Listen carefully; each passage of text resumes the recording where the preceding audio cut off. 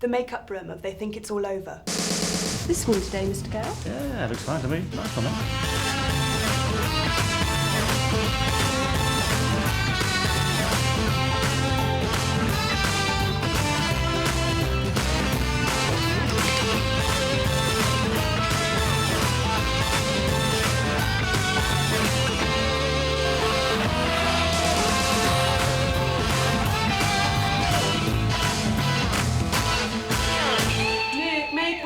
Right, time to get into character.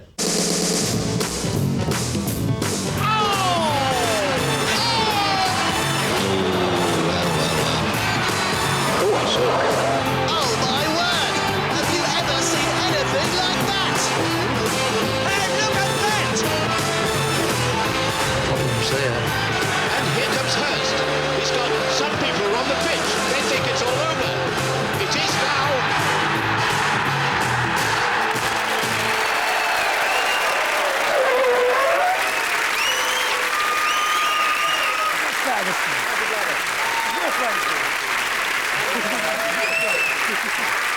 Hello! Thank you. And welcome to this specially recorded video edition of They Think It's All Over, the sports quiz that's also got a book out, priced $9.99 from your favourite bookshop. Although not Rory's favourite bookshop, obviously, which has sadly just been closed down by the Vice Squad. With David and Lee is a football commentator who, during the close season, got away from it all on the beach. You couldn't miss him. He was the one wearing a sheepskin thong. John Motson.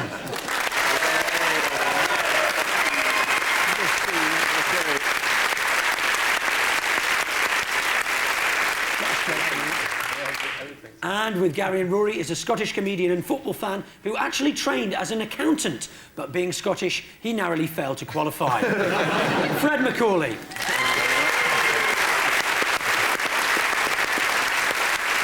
Could have been any one of so many. We kick off with our goal celebrations round. We watch a goal being scored and then celebrated, and we ask the reason behind the celebration.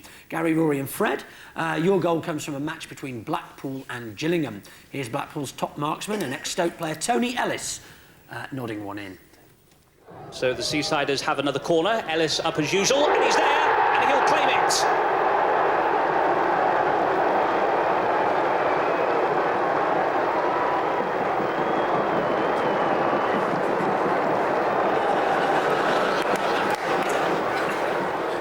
You know Blackpool Rock? It's got relegation written right through it. Hey, that's a good start, Gary. Thank you. It's footballers miming their hobbies. Like, footballers have 3 hobbies, including golf, and they're doing golf because golf is easier to mime than shagging a page 3 girl. Is there anything easier than shagging a page 3 girl? Well, let's ask Gary. You've had a few page 3 girls in your time, haven't you? Yeah, so's David, but it's page 3 of Horse and Hound. Rick, did I see you on that win, lose or draw programme recently? Oh, Gary, you've got an interesting life, being up at 10:15 in the morning. And you were on it? Yeah, well, I was getting paid. You were watching it. As a Stoke fan, it must be nice to get a choice for a change. I did 18 holes in Blackpool once. That was a hell of a stag weekend. Actually, I've never played golf. Actually, I once played crazy golf. No, actually, it was a charity cricket match, but I dropped some acid. Am I right in thinking that golf is a wanker's game? Yeah. And they dress up as wankers just to prove the point. Did you play golf? You play golf, Fred? Yeah? Yeah. It's very popular in Scotland, isn't it? So is wanking. I even put my Pringle jumper on for that. You wear a glove? Yeah, they must have had a golf day and they were playing the day before and one of them had a good hole, you know, knocked one in and... Don't mumble, Gary. It was a play on that, wasn't it? I'll give you 1, which may turn into 3. Lucky you, Gary. If the other side can't get it more perfectly. I mean, you're just about there, but if we get the names and the actual incidents from the other side. Blackpool players. Yeah? Yeah, you may laugh. Have you met John Motson? I ought to point out here, Nick, the last time I was on this show, we lost by 1 point, so don't let this confuse you that I'm going to be the match-winning player here, but I think what's happened at this... What time's your car coming? About 5 minutes away I'm going. We're at Blackpool here, and I think what's happened is the... You don't have to go from the beginning of the... No. Well, all right, I'll be quick then. Yeah. Blackpool Football Club have a golf day every year. Right. And they're supposed to be honest about their handicap before they start. Right. So everyone sort of gets a fair game. Well, what happened on this occasion was Tony Ellis lied about his handicap. He's a lot better player than he said he was. Not at football, he's No. At golf. So when he won the golf tournament, he said to his colleagues, when we get on the pitch, next time I score, we'll do the golf routine. How do you know these things? You just read these things from time to time in the local paper. The local Blackpool. You get the local Blackpool paper delivered to your house. How much tonnage of paper do you go for a week, John? I'll give you the bonus point. And here is the other player in that celebration, Andy Priest, to tell the story. We had a golf day, all the players, and myself and Tony Ellis were partnered together, and we won. The lads weren't too happy about our handicaps, saying that we cheated. And that might be true, maybe just a little bit. That was his impression of Bjork there. So, indeed, Blackpool had Bjork's a popular singer. Oh, right. I was just wondering that. So, Blackpool had a golf day. Maybe if they had the odd football day every now and again, they might not be in Division 2. David's team now. For Motti, it's one of the most exciting fixtures in the football calendar. For David and Lee, it's Carlisle against Cardiff. This is Carl Dale slotting one home for Cardiff. Yes, the referee says free kick, and it's taken quickly into Dale. Dale turns and scores!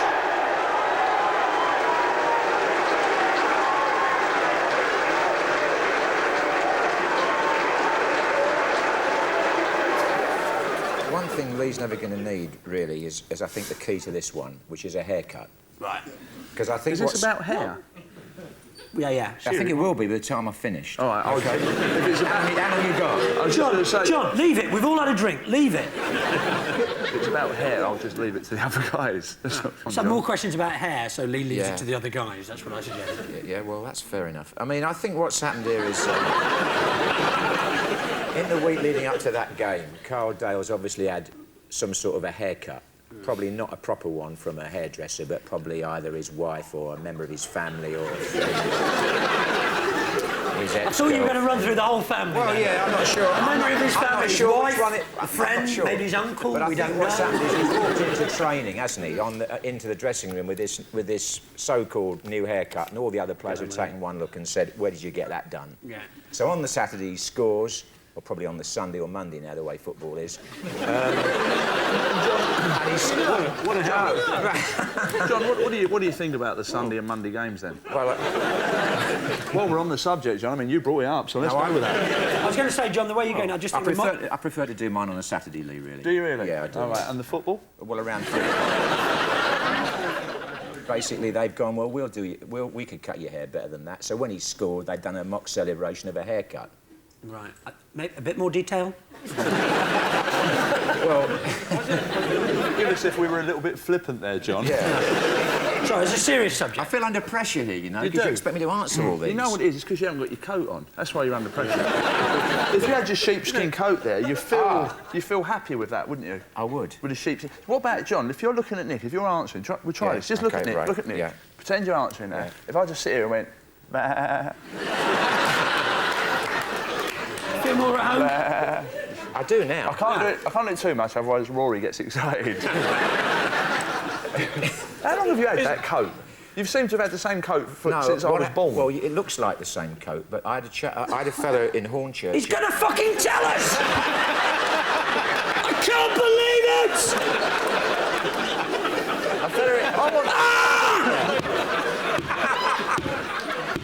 I want to know... I know you want to know. I'm trying to tell you. I think would you like to know about his coat? Yes. See what I mean? Your coat is very popular, The John. quiz is just incidental. It is. The coat. You know the Essex area, don't you? Well, there's a fella in Hornchurch used to actually have the skins in his garage. He had skins in the garage? Yeah. And you didn't find that odd? Used to make coats, right? OK, so I bought 4. Yeah. 4? Thinking that they'd last me the rest of my career. Right. And unfortunately, your career lasted longer. You're right. Yeah. I'm pleased to say. So I wore all the coats. Well, one of them went to a museum. Your coat, what, on its own? Yeah. Your coat went... They borrowed it for an exhibition. Oh, I thought you meant your coat... I thought you meant... I'm going to give you the 3 points anyway. It's a relief. But as you'll see, there's slightly more to the hair story, and here's Carl Dale himself to explain. Well, basically, I wanted to get my hair cut before we played Carlisle, and there wasn't enough time, so I decided to have a go myself with the clippers I had at home. Turned into an absolute nightmare, and got the mickey taken out of me by the lads. And we decided if I scored that day to make a celebration out of it. So there we have it. The Cardiff players were taking the piss out of Carl Dale's new haircut. Cardiff are, of course, the only non-English team to win the FA Cup, apart from Chelsea last season.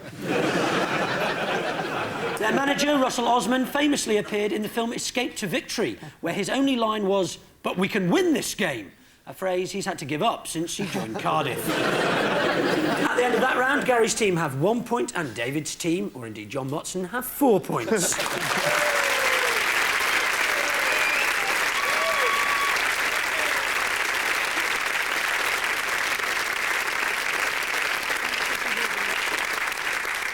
We press on with our injury board round. Each captain picks a number which reveals a famous sporting figure and an object. What we'd like to know is how the object injured the sportsperson and put them out of action. David's team first, if you want to pick a number. 2, please. Number 2. All right. That's England frontman Alan Shearer and a communal bath. So how was the £15 million man kiboshed during the communal dip? 15 million quid. Yeah. Did he trip on his wallet? There was quite an interesting story about the bath at Southampton. How interesting? Well, you remember when Laurie McMenemy was the manager of Southampton? Oh, was this one where he... Their most successful. Yes. He was allegedly in a little bit of a push and shove with one of his players, wasn't he? Was it Mark Wright? Mark Wright, it was, yeah. Was it Southampton, you said? Yeah, I think it's happened. They haven't got any baths at Southampton. They use the Solent, don't they? They might have been hit by a container ship.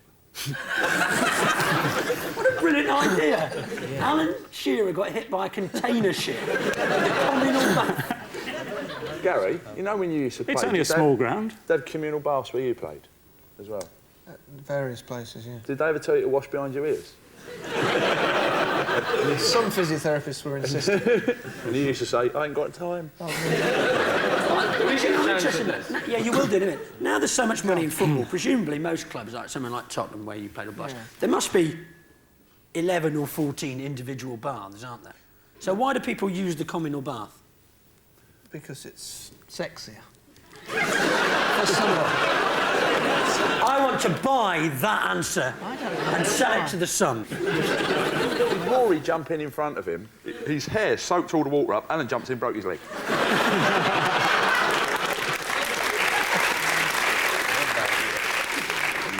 Old Lillette McGrath, as we call it.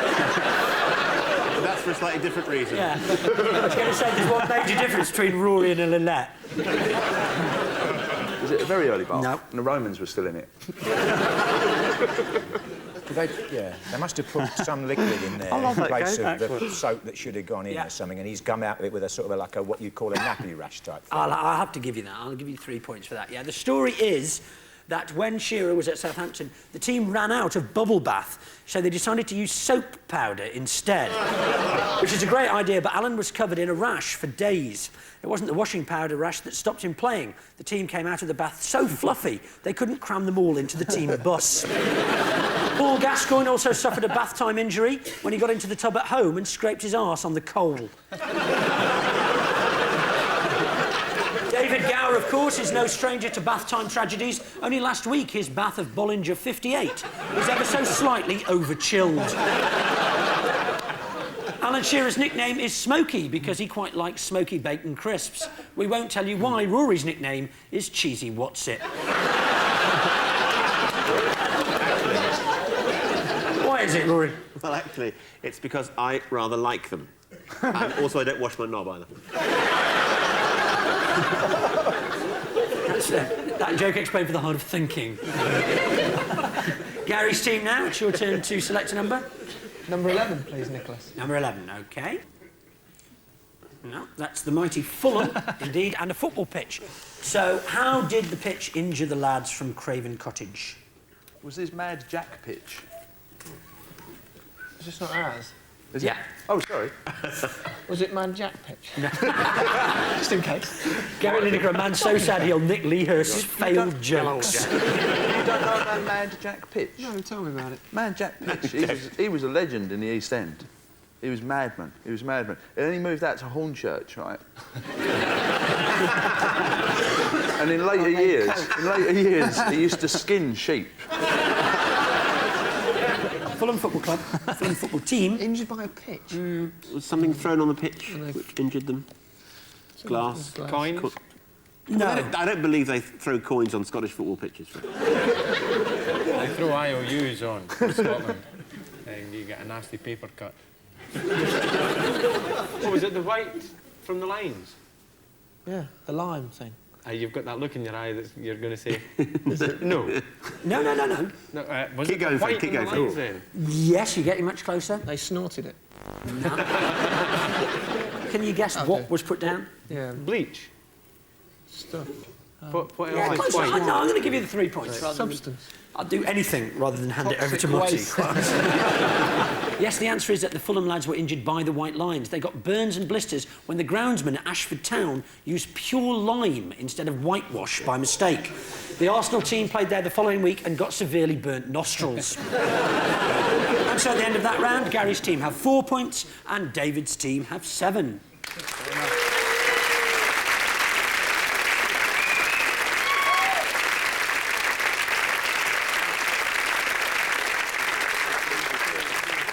In our next round, we ask the question, what's going on? We show each team some unusual sports-related footage and ask them to explain what it's all about. David, Lee and John, what do you suppose is happening here?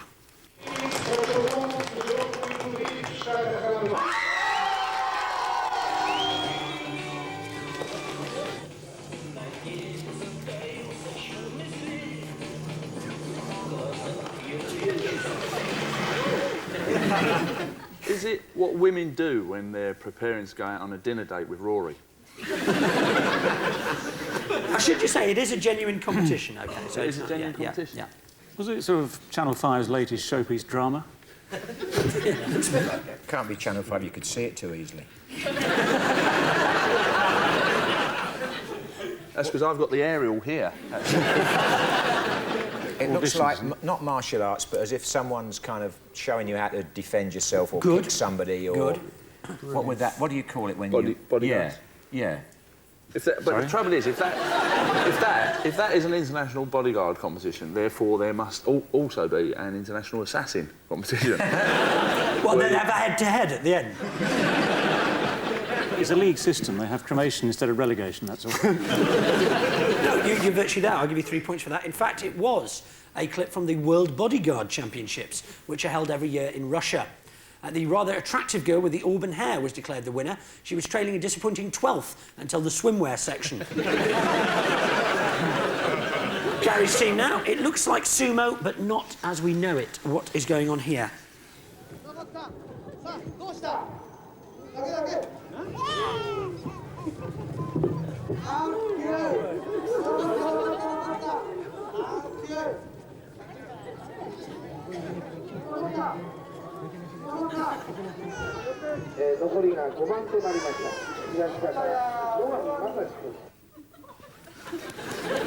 Japanese version of holding the baby, wasn't it?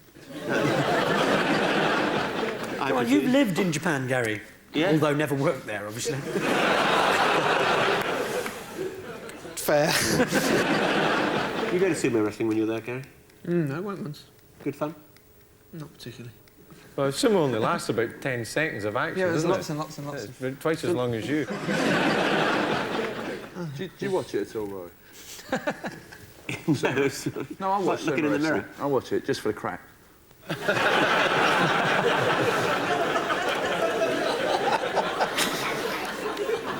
And there was a man with a mask. He looks as though he's just come along to scare the shit out of the children to test the nappies. That is very close. Gary? Is it? Is it about... It's going to make them cry, haven't they? Yeah, that's exactly what's happening. Rory, would you have something to add there? No. Yeah, Gary's got it exactly right, with some good help from Fred there. In fact, it's an event from Japan where sumo wrestlers do everything possible to make babies cry. And the first one to make a baby cry is the winner. Why don't they just drop them? The competition was won by the bloke who waited till his baby was fast asleep and then tried to tiptoe out of the room without waking him up. And so, at the end of that round, Gary's team have 7 points and David's team have 10 points.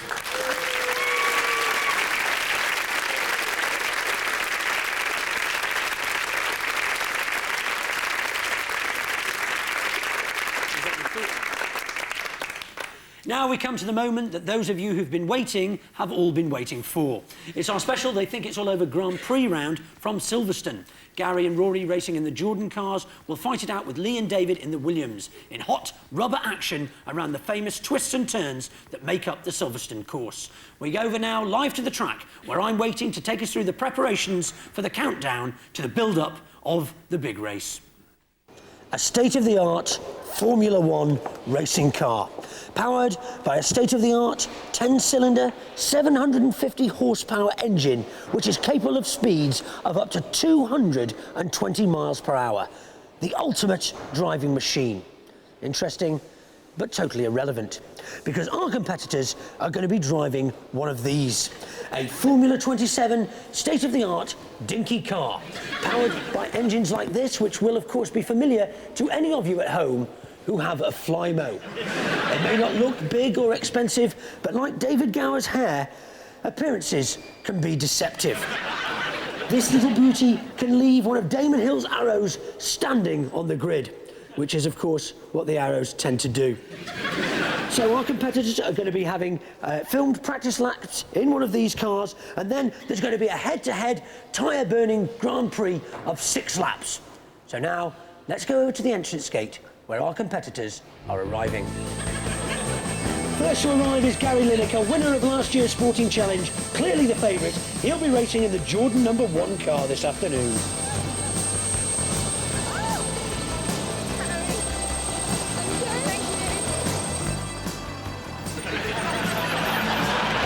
Captain in the opposite team, he'll be racing a #1 in the Williams colours this afternoon, is David Gower.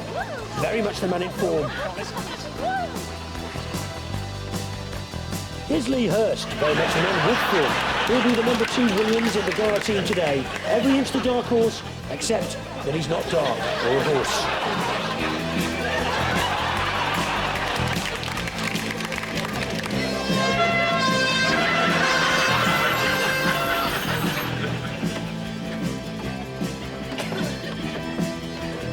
And here's Rory McGrath.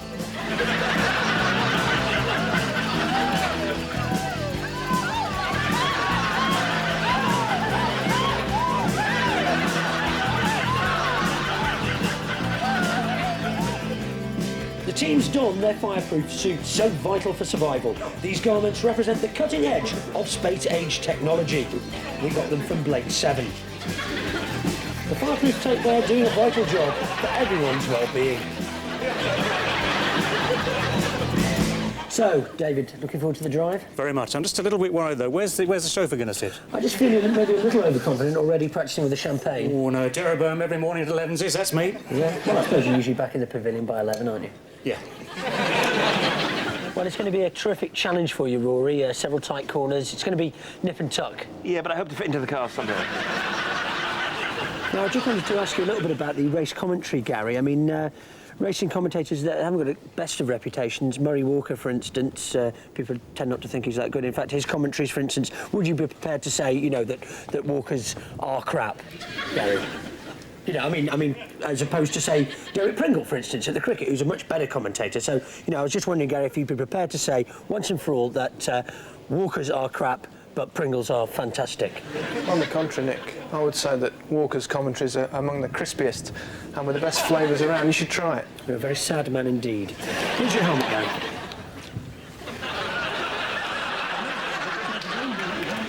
Right, I think it's time to go. You've all got your helmets on. I haven't.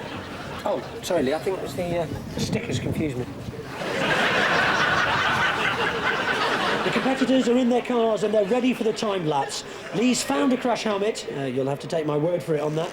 So let's go over to the trackside and the sound of the inimitable Murray Walker, as imitated by someone much cheaper. Good afternoon, and you join us here at Silverstone for the They Think It's All Over practice session.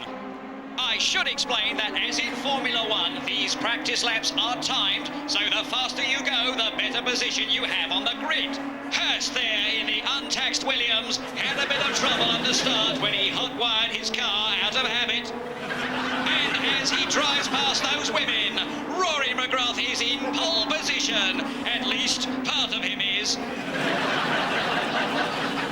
Lineker coming out of a dangerously tight turn. I expect there'll be skid marks there. We'll find out when he takes his suit off later. And McGrath finishes his first lap in 1:23.94, which puts him in the lead, which is hardly surprising as he's the first driver to complete a lap. And Lineker's grabbed the lead with 1:19.23.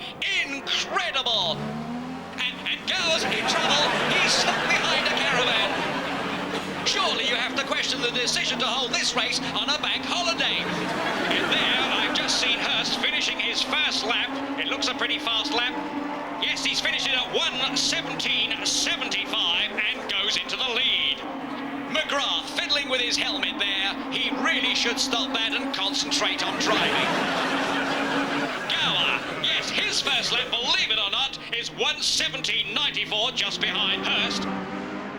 And it's back to Nick in the pits. Now, before the race starts, just a few words about the significance of the flags used to signal to the drivers once the race has begun. First of all, the black flag means that they must stop the race immediately.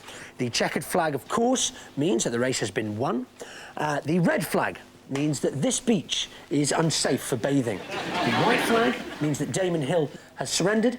And if you see the red flag with Lion Rampant suspended from Cornet, it means that David Gower is in residence. And now a word about the points. The winner will get 10 points, second will get 6, third will get 4, and fourth will get 3. And now it's time for the race. So down to the starting line and the sound of that ever so slightly unfamiliar voice. So the grid order is as follows. Hurst, and in the dirty track it's Gower, then Lineker and McGrath. And just listen to that high-pitch whine filling the air. As they wait for the lights to go to green. Oh no, no, and this always happens when you're waiting for the lights to go green. They're probably signing on as well, and they're almost certainly from Liverpool. Now all the drivers' eyes will be fixed on those starting lights. There's the red. They're waiting for the green. There's the green. And they're not off. Sensational. They're on. And the official has skidded off the track wearing arrow shoes there. And they've started. And there's Lee Hurst going past the cops as quickly as possible, so no change there. So it's Gower, Hurst, Lineker, McGrath, but not necessarily in that order. For instance, it could be Lineker, McGrath, Gower, Hurst. We just don't know, but one thing is for certain. It'll be one of those four, followed by the others. And if any of the drivers actually finish the race, they go ahead of Johnny Herbert in the world rankings. So they take the corner, and Hurst, yes, it's Hurst into the pits. I'm not sure what the problem is. Oh, he looks a bit peckish. It looks like, yes, a pump and a sandwich.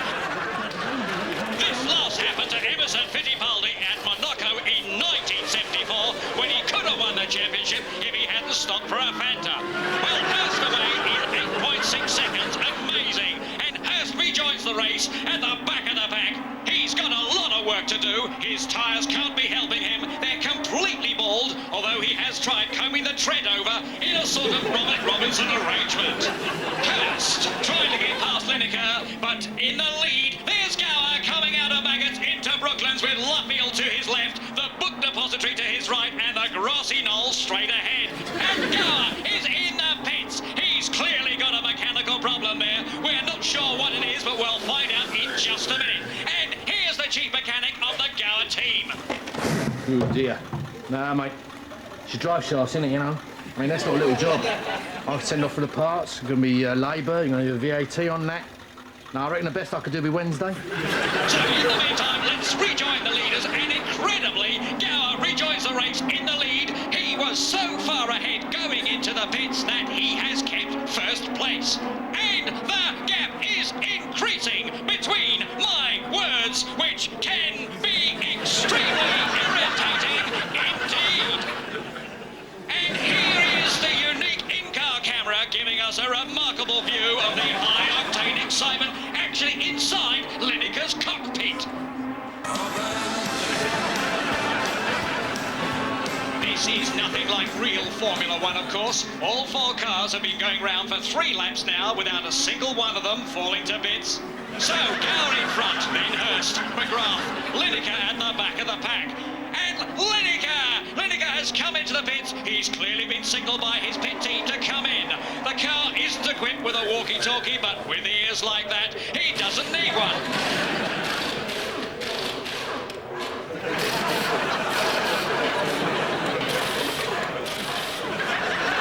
Lineker weighing in 9.4 seconds, so he's still in the back of the pack. And McGrath's in trouble. Smoke absolutely pouring from his car.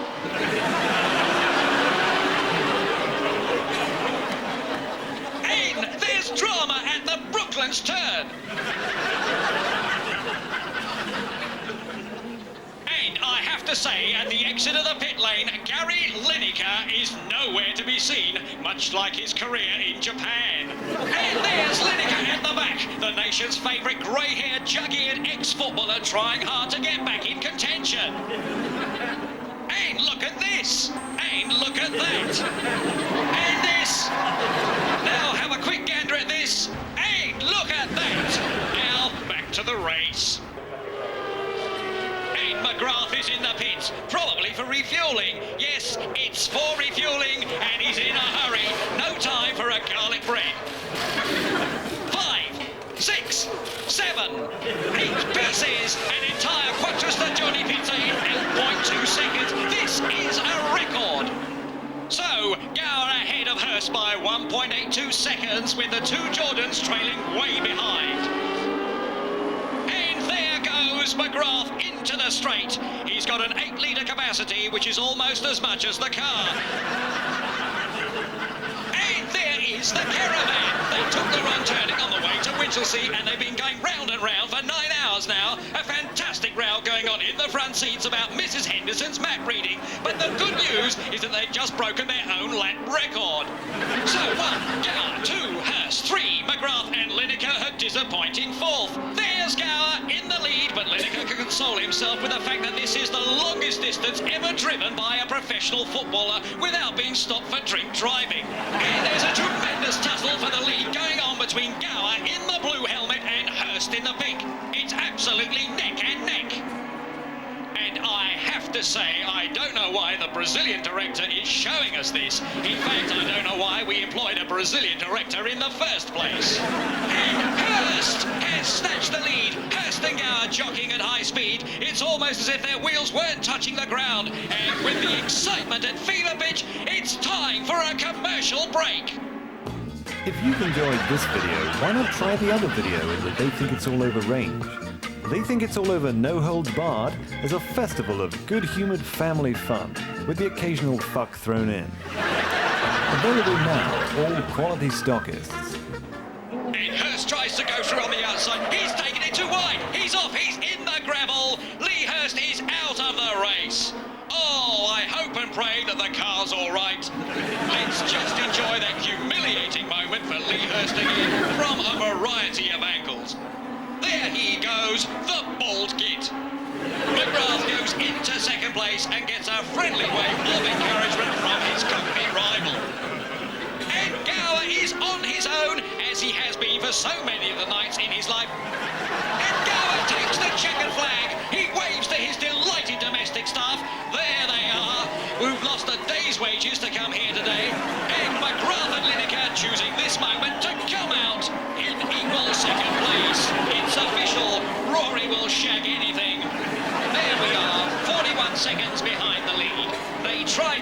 best, but unfortunately their best was rubbish. Here's Lineker. Gower. Well, the winner breaks open the magnum of Tizer. Another shake there. And David Gower quite baffled there by a bottle with a screwed top.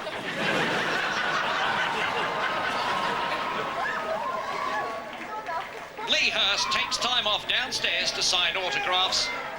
And there's Rory McGrath jotting down his phone number on a piece of card and, for once, not putting it up in a phone box. So, that's it from Silverstone. But if you want to see any more motor racing, you can always switch over to ITV, where the coverage will continue for at least another 2 weeks. And meanwhile, it's back to me in the studio.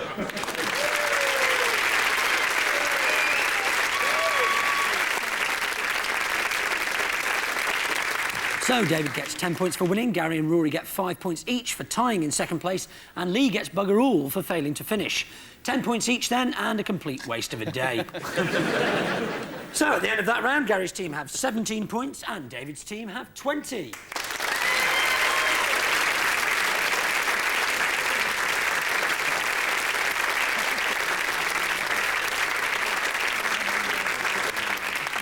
We now demonstrate the remarkable transformation that comes over sportsmen as soon as they see anyone carrying a camera. In our Photo Opportunities round, we want to know what stories lie behind the pictures. David team's first, here's yours. So, that's Gary Lineker and a giraffe, but what's the reason for the pose? And also I want to know what's the reason for that coat later, Gary. It's good in its day. I don't just leave that for a second. So, Gary Lineker and a giraffe, what do we think? David's team. Well, first of all, a little tip for you, Gary. Next time you're having a photograph, try and keep your bush inside the trousers.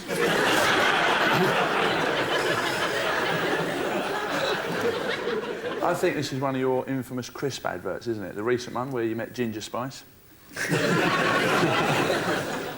Or a new flavour of crisps, giraffe and onion. Ooh, doesn't that get your taste buds going? Until I saw this photo, I've got to be honest, I didn't realise what big heads they have in the Lineker household. Yeah, they need them that big to support the ears, don't they?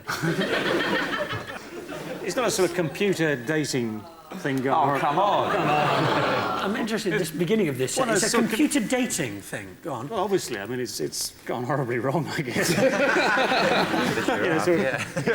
the giraffe said I was expecting somebody better than that. I'll meet you with a bunch of weeds under the giraffe, you know. It doesn't quite have that ring to it, does it? Well, he's such an old smoothie, you see, Dave. Lineker. He's there, he gives them that shit, look at that little boy smile, look, he gives them that and goes, weeds? Like that. They fall at his feet as well, because it uses chloroform. I think Gary's saying, you don't frighten me, I've got my left hand on my knob. Just looking at that picture there, Gary, your mum lied to you, didn't she? You never grew into it, did you?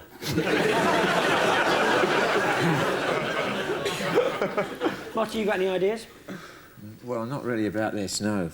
Is it anything to do with Gary being in Japan? No. Did you play any football in Japan? Yes. How many games? About 12. 12 games. Oh, and did you play any football? My whole career. Or did you do that running around in the 6-yard box hoping it'll hit your knee again? Is there any other way? No, I don't think so. Who cares about the rest of it? So is it one of those Christmas campaigns? You know, a giraffe isn't just for Christmas, or... Well, it wouldn't be, would it? I'll tell you what, it's worked, hasn't it? Who here's had a giraffe for Christmas? Have you ever thought of a giraffe skin coat there, mate? That's an idea, actually. Because it'd keep your neck warm, wouldn't it? No. Gary? It's at London Zoo, and they named a giraffe after me. Was that a proud moment? I was, Not for the giraffe. Yeah, the answer is indeed, well done, 1 point for you there, that the giraffe was also named Gary Lineker, and Gary went along to London Zoo to have his picture taken with it. In fact, due to an hilarious mix-up, the Japanese football club, Grand Prix actually signed the wrong Gary Lineker. Yeah, that's right. He played 2 games, hurt his toe and buggered off to advertise crisps. Coming Coincidentally, Rory McGrath has a baby sheep named after him, and all credit to him, he still pays maintenance. Gary's team now, and you'll never guess who's in your photo. Yes, indeed. It's David Gower washing his bat in fairy liquid. Regular sight. Any ideas? Is he just washing the red marks off the edge? I think he'd need something stronger than fairy liquid, wouldn't he? So he's wearing rubber gloves and he's just had his hands in some fairy.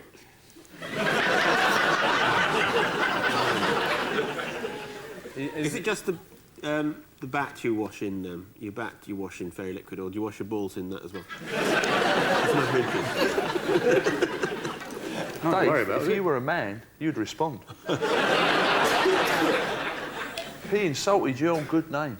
Do you know what? He said your wife was an awful woman. He did. No, it was him who said it. Can I just say, I think I've busted a rib.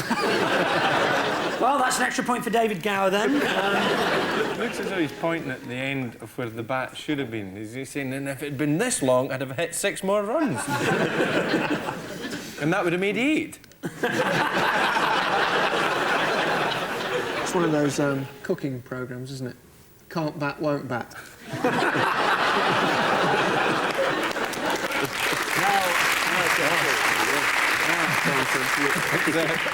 It's not likely to have been ready, steady, out.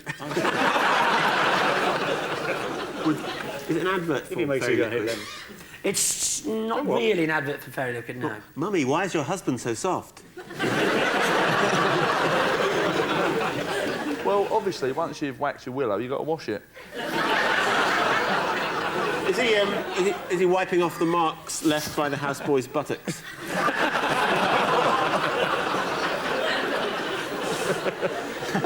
I think what's happened is that some attractive, slony blonde called Emma or Sarah or Fiona, works for a PR company, has said to David, "Will you come and wash a bat in a kitchen for us?" He said, "Yeah." That's certainly true, but to what end? Ideal Home Exhibition? It's correct for 3 points. Yep, I'll give you that. Yep. Did you know that? Yeah, that's right. He was indeed promoting the Ideal Home Exhibition. No, and after he'd finished washing his bat... You weren't? Why? Yeah. Something at So the that's Ideal Home 2 points off for you. I was there for the kitchen.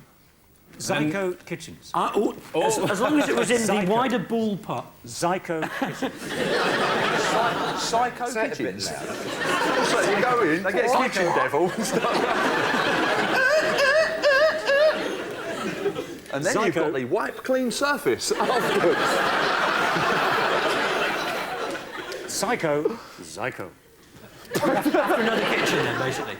It doesn't matter, as long as it's within the ball part of the Ideal Home Exhibition, they get the points, I'm afraid. I'm sorry about that. Was the kitchen a good kitchen?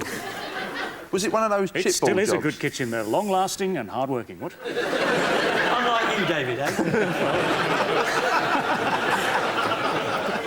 And so, at the end of that round, David's team have 20 and Gary's team have 21.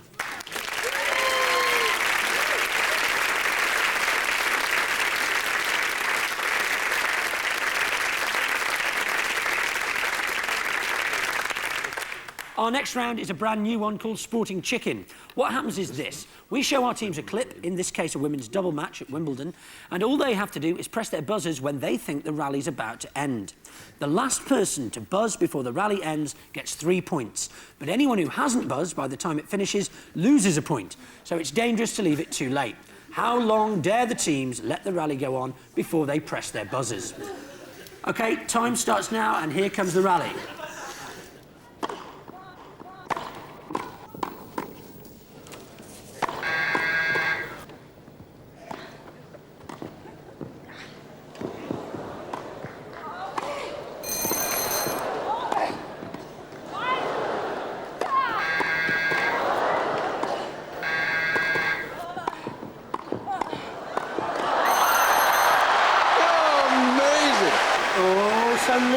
Press. What? That's minus 1 point. What? David pressed last, you get 3 points. Minus the 1 for Lee.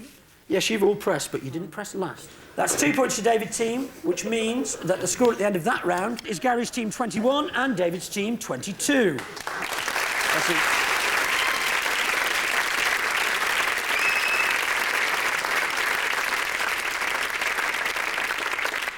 It's time now for our teams to feel up the famous as we play Field the Sportsman. Gary and Rory, it's you first, if you'd like to get in position. Forgot about that. Forgot about that. Ah, dear. I was the celebrity guest last time. I remember, yes, you were. Come on, blindfolds on, Rory. Not this time. Gary, your task is to identify a mystery sporting personality in 90 seconds through touch alone. So, can we have our first mystery guest, please?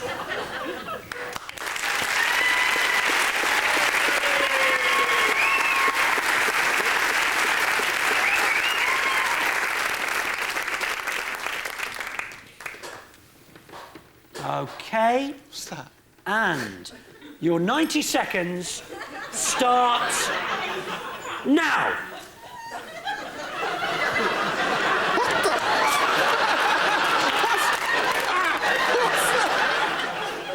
He's hanged himself.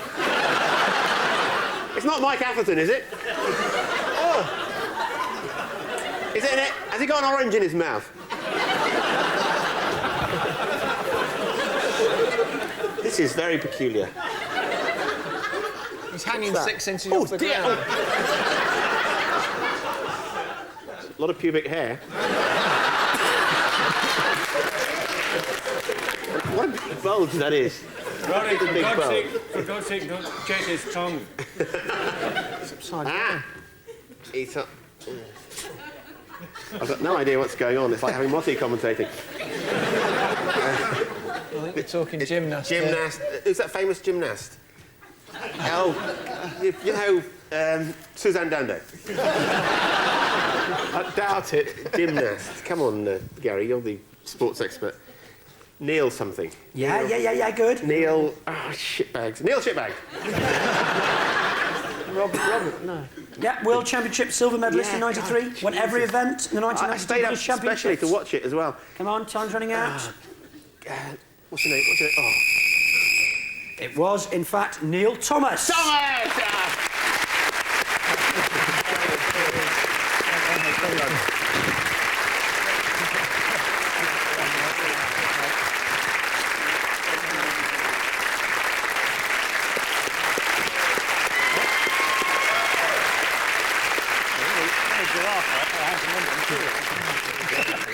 We haven't had this much white powder on the set since Paul Merson was on the show. OK, Lee and David, if you'd like to take your positions with your blindfolds.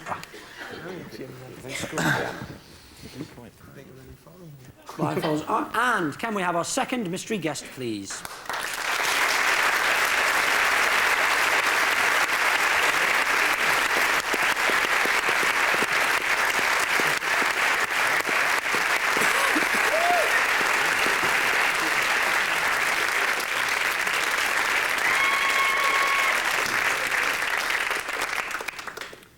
OK, and your 90 seconds start now.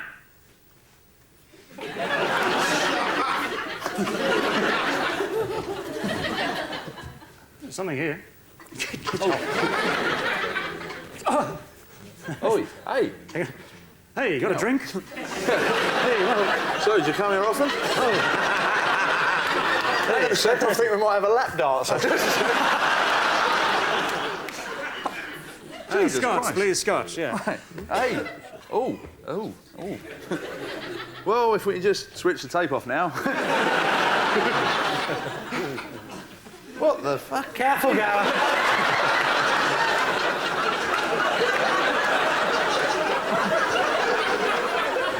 Gower dismissed once again.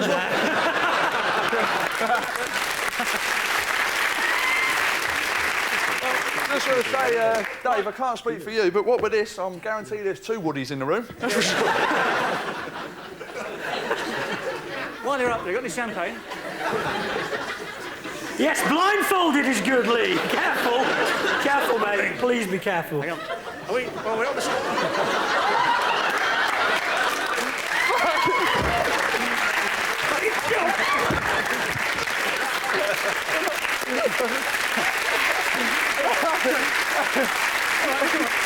Excuse me.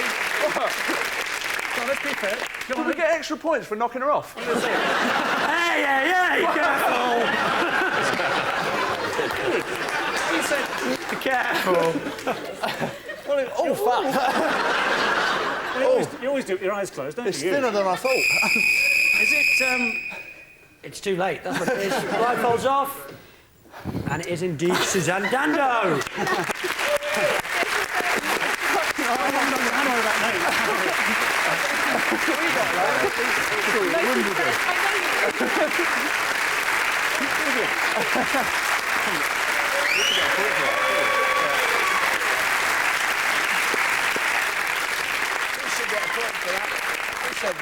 So, with neither side scoring any points, it's as you were as we finish with the bat-washing, baby-crying name game. The team in front goes first, which at the moment is David's team. So you start the name game. Lee, if you'd like to take the envelope.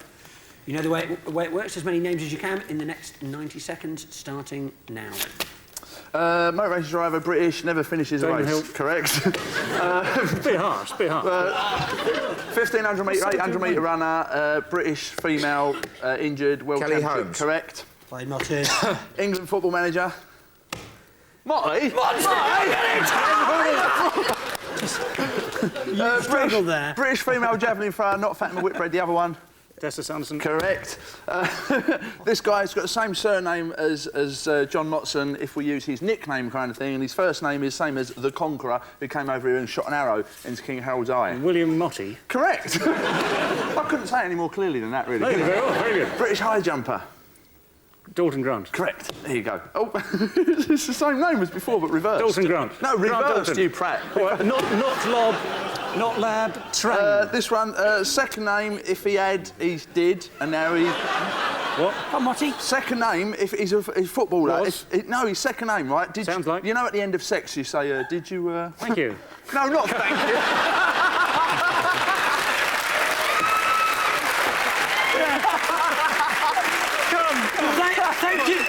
Thank you, and here's the money. First... Come on. No, nearly come here. First name would be your favourite... Oh. First name is just they give you a score.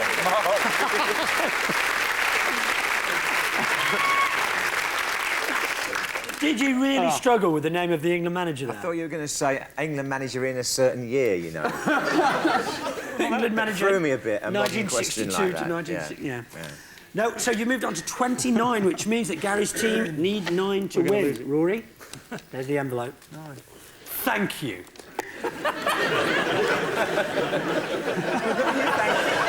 That was charming, darling. Do you not normally say sorry? I hope I haven't interrupted your needlepoint. Don't tell any of the other boys. OK, Rory, 90 seconds. 9 points needed, starting now. Goalkeeper appeared in court recently. Hand saying it's Bruce Grobbelaar. Yeah. Boxer bites people's ears off and things like that. Mike Tyson. Yeah. Footballer going out one of the Spice Girl that turned you down. David Beckham. That's right. Did he turn you down? One of them did. A Russian, I think he's Russian, and maybe Polish pole vault. Did you have Polish pole vaulters? Sergei Bubka's, yeah. Yeah, that's right. There's a Chesterfield footballer. His second name is... You get them in Holland and in lesbian bars. Sean Dyche. Yeah. This is an American boxer, I think. Comes in tins, but don't we all? Like a vegetable. Asparagus tips. No, it's like caterpillars grow into the first part of the butter bean. Butter bean, yeah, butter beans. A Scottish rugby player. Donny Weir. Very good, yeah. This is a Portuguese goalkeeper. You can eat it. It's a part of the girls' beaver vocabulary. They're very similar. It's on the tip of my tongue. That's the one. Quim. Very good. A poet and a cricket captain. Alfred was the poet. Lord Tennyson. Yeah, very good. My cousin, fast bowler, Australian. Well, there goes my chances of ever doing songs of praise. And so at the end of that nail-biting encounter, in fact, David's team have 29, but Gary's team have got 30. Too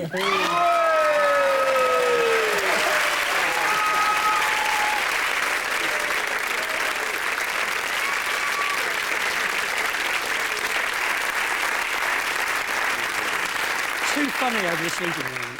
So thanks to David Gower, Lee Hurst and John Motson, Gary Lineker, Rory McGrath and Fred McCauley. We're all off to stick some sellotape over the little hole in this video called the X-Files over the top. I'm Nick Hancock. They think it's all over. It is now.